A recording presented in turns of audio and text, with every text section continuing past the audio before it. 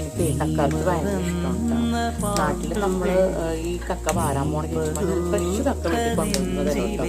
അപ്പോൾ നമ്മൾ കൂടുതലും കക്കയിറച്ചി ഫ്രൈ ആണ് ചെയ്യുന്നത്. ഇവിടെ ഞാൻ സഫാരിയിൽ നിന്ന് വാങ്ങിയതാണ്. അപ്പോൾ കക്കയിറച്ചി നന്നായിട്ട് കഴുകണം. ഒരുപാട് മണ്ണുണ്ടാവും, അതുപോലെ ചെറിയ കുഞ്ഞിത്തിലൊക്കെ ഉണ്ടാവും.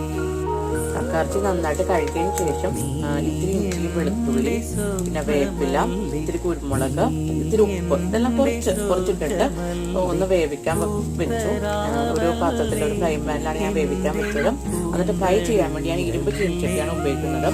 എന്നിട്ട് വെള്ളമൊന്നും ഒഴിക്കാതെ തന്നെയാണ് വേവിച്ചത്. വേവിച്ച കക്കയിറച്ചി നമ്മൾ ഇരുമ്പ് ചട്ടിയിലിട്ട് കുറച്ച് വെളിച്ചെണ്ണ ഇട്ട് നന്നായിട്ടൊന്ന് ഫ്രൈ ചെയ്ത് ഇങ്ങനെ പൊട്ടാൻ തുടങ്ങുമ്പോൾ നമുക്ക് ഇത്തിരി കുരുമുളക് പൊടി, ഇത്തിരി മുളക് പൊടി ഇട്ട് കൊടുക്കുവാണ്. നമ്മൾ ആദ്യം മുളക് പൊടി മാത്രം ഇടാതെ ഉള്ളൂ, കുരുമുളക് പൊടിയൊക്കെ നമ്മൾ വേവിച്ചപ്പോൾ ഇട്ടായിരുന്നു. കുറച്ച് വെളിച്ചെണ്ണ കൂടി ഇട്ട് ഒന്ന് ഇളക്കിയെടുക്കാൻ പോവുകയാണ്.